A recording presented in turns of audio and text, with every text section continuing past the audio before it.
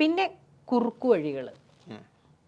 പയറ് പുഴുങ്ങിയോ മുളപ്പിച്ചോ തന്നെ കഴിക്കേണ്ട സാധനമാണ്. നിങ്ങൾ അതിനെ വറുത്ത് പൊടിച്ച് പാലിൽ കലക്കി കുടിച്ചാൽ നിങ്ങളുടെ ദഹന പ്രക്രിയക്ക് പ്രശ്നമുണ്ടാകും.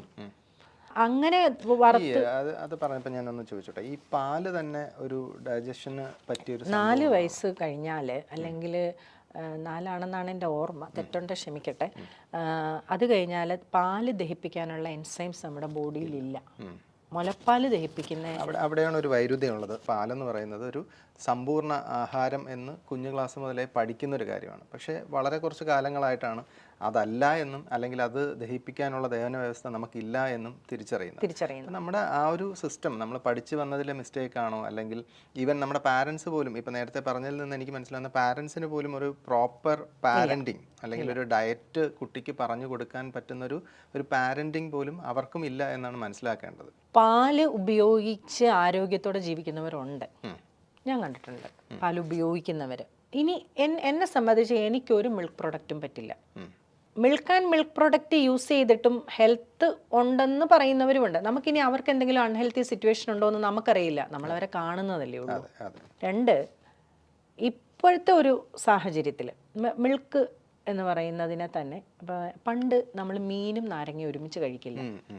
ഇന്ന് നിങ്ങൾ യൂട്യൂബിലോ അല്ലെങ്കിൽ ഒരു കുക്കിംഗ് വീഡിയോ എടുത്ത് നോക്കിയാൽ മീനിൻ്റെ പുറത്തോട്ട് നല്ലോണം നാരങ്ങ ഒഴിച്ചിട്ട് കഴിപ്പിക്കും, ഇല്ലെങ്കിൽ ആ ഗ്രേവി അതിനകത്ത് ആ മസാലക്കകത്തോട്ട് നാരങ്ങ ഒഴിക്കും, തൈര് ഒഴിക്കും, ഇറച്ചിക്കകത്ത് തൈരിടും. വിരുദ്ധ ആഹാരങ്ങളെല്ലാം എൻകറേജ് ആവുക.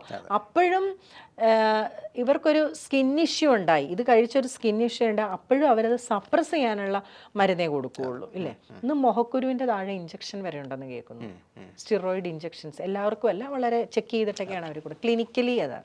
അപ്പം നമ്മൾ ഇംപെർഫെക്ഷൻസ് ഒന്നും നമുക്കിപ്പോൾ പറ്റില്ല.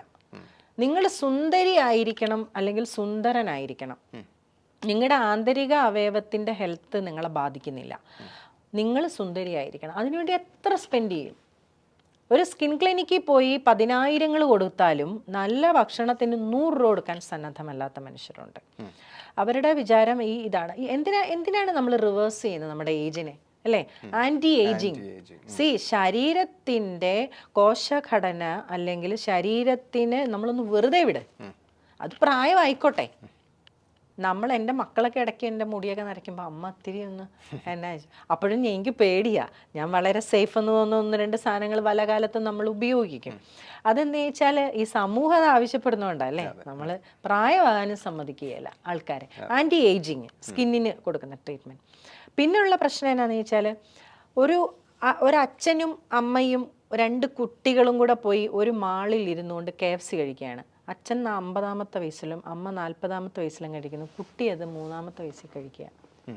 അപ്പോൾ 50-ാമത്തെ വയസ്സിൽ കഴിക്കുന്ന അച്ഛനെ അത് ബാധിക്കുന്നത് എന്ന് പറയുന്നത് പോലെ ആയിരിക്കില്ല 3 വയസ്സുള്ള കൊച്ചു കഴിക്കുന്നത്.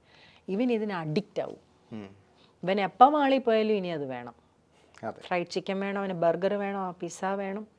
പടവലങ്ങ ഉപയോഗിക്കുക, അല്ലെങ്കിൽ ഫൈബർ വെജിറ്റബിൾസ് ഉപയോഗിക്കുക, സാലഡ്സ്, വെള്ളം കുടിക്കാതെ പിള്ളേർ ഇന്നിരിക്കും. ഹൈജീൻ, OCD എന്ന് പിള്ളേർക്ക് ഒബ്സസീവ് ആയിട്ട് തോന്നുകയാണ്. വൃത്തിയില്ല എന്ന് തോന്നിക്കഴിഞ്ഞാൽ പിന്നെ വെള്ളം പോലും കുടിക്കാത്ത പിള്ളേരുണ്ട്. എൻ്റെ മോള് അടക്കമുണ്ട്, ബാത്റൂം യൂസ് ചെയ്യാത്തവരുണ്ട്. ഇതെല്ലാം തകർക്കുന്നത് ആരോഗ്യ സിസ്റ്റത്തെ, ബോഡിയുടെ സിസ്റ്റത്തെയാണ്. അപ്പം ഞാൻ പറഞ്ഞത്, നമ്മുടെ ഒരു ഭക്ഷണ ആരോഗ്യ ചിന്തകളെ മാറ്റേണ്ട ഒരാൾക്കത് സാധിക്കുകയുള്ളൂ, ഒരു സ്ത്രീക്കേ സാധിക്കുകയുള്ളൂ. അടുക്കള കൈകാര്യം ചെയ്യുന്ന ആരാണോ അവർക്കേ അത് സാധിക്കുകയുള്ളൂ. ഞാൻ അനുഭവിച്ചിട്ടുണ്ട്. അത് മീൻസ് ഞങ്ങളുടെ അരിമേളകളിൽ വന്ന ആണുങ്ങൾ അരി നോക്കും, പെണ്ണുങ്ങൾ വലിച്ചുകൊണ്ട് പോവും. പലരും വന്ന് പറഞ്ഞിട്ടുണ്ട്, ഈ തവിടുള്ള അരിയൊക്കെ എൻ്റെ മാഡം അവിടെ ഇരിപ്പുണ്ട്, അതൊക്കെ പുഴുത്ത് നാശമായിട്ടെടുത്ത് കളഞ്ഞിട്ടുണ്ട്, ഭാര്യ ഇതൊന്നും വെച്ച് തരികയെന്ന് പറയും. അപ്പോൾ ആരെ എഡ്യൂക്കേറ്റ് ചെയ്യണ്ടേ? നിങ്ങൾ സൗന്ദര്യ സംരക്ഷണത്തിനോ നിങ്ങളുടെ തുണിക്കോ നിങ്ങളുടെ സ്വർണത്തിനോ നിങ്ങളുടെ ആടയാഭരണങ്ങൾക്കോ ആക്സസറീസിനോ ഒക്കെ നിങ്ങൾ മുടക്കിക്കോ, അതൊക്കെ നിങ്ങൾക്ക് സന്തോഷം തരുന്ന കാര്യമാണെങ്കിൽ. പക്ഷെ നിങ്ങളുടെ കുടുംബത്തിൻ്റെ ഹെൽത്തിൻ്റെ നിങ്ങളുടെ കയ്യിലാണെന്ന് നിങ്ങൾ മറക്കരുത്. സ്ത്രീകളോടാണ് എനിക്ക് പറയാനുള്ളത്. അതൊരു എളിയ അഭ്യർത്ഥനയാണ്. അല്ലെങ്കിൽ നമ്മൾ വന്നിരുന്ന് വലിയ വായിൽ ഇത് പറയുന്നതെന്ന് തോന്നണ്ട. കാര്യം നിങ്ങൾ ഉണ്ടാക്കി കൊടുക്കുന്ന ഒരു വിഭവത്തിൻ്റെ കണ്ടന്റ് അവർക്കറിയില്ല, അതിലെ എന്തൊക്കെയാണ് ചേരുവകളെന്നറിയില്ല. അതിൽ നിങ്ങൾ വിശ്വാസ്യത പുലർത്തുക. വിരുദ്ധാഹാരങ്ങൾ ഉൾപ്പെടുത്താതിരിക്കുക, എപ്പോഴും ആരോഗ്യത്തോടു കൂടി എൻ്റെ കുഞ്ഞ്, എൻ്റെ കുഞ്ഞിൻ്റെ കുഞ്ഞ്, എൻ്റെ 10 തലമുറയും ആരോഗ്യത്തോടെ ഇരിക്കണം എന്ന് നമ്മൾ ആഗ്രഹിക്കണം. DNA മ്യൂട്ടേഷൻ വരുന്ന രീതിയിലുള്ള ജീവിത രീതി, ഭക്ഷണ രീതിയെല്ലാം നമ്മൾ പോയി കഴിഞ്ഞാൽ ആരോഗ്യമുള്ള ഒരു തലമുറ ഇനി ഒരു 2 തലമുറ പോലും ആരോഗ്യത്തോടെ വരാൻ സാധ്യതയില്ല.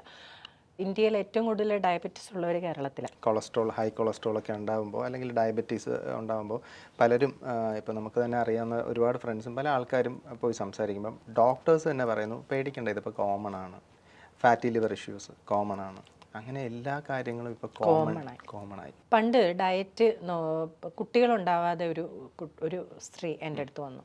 അപ്പോൾ അവർ പിന്നെ പറഞ്ഞു, ഞാൻ ചോദിച്ചു അമ്മ മോക്ക് പണ്ടേ PCOD ഉണ്ടോ? ഉണ്ടായിരുന്നു. അപ്പം അത് ഡോക്ടറെ കാണിച്ചപ്പോൾ കോമൺ ആണെന്ന് പറഞ്ഞു. അത് മാറിക്കോളും, അല്ലെങ്കിൽ എന്തെങ്കിലും കുട്ടികൾ ഉണ്ടാകാതിരിക്കുമ്പോൾ അത് ശ്രദ്ധിച്ചാൽ മതി എന്ന് പറഞ്ഞു. അതിൻ്റെ ദുരനുഭവം അല്ലേ ഇത്രയും ഇൻഫെർട്ടിലിറ്റി അല്ലേ, ഫെർട്ടിലിറ്റി ക്ലിനിക്സ്.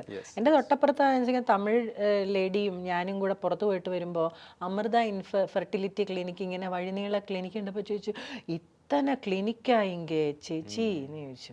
അപ്പം ഞാൻ പറഞ്ഞു യെസ്, ഇവിടെ ഇതുപോലെ ഫെർട്ടിലിറ്റി പ്രോബ്ലം ഉണ്ട്. ഇപ്പോൾ ചോദിച്ച കാര്യം എന്ന് പറഞ്ഞാൽ നമ്മൾ കോമൺ എന്നൊരു ഫാക്ടർ ഇല്ല.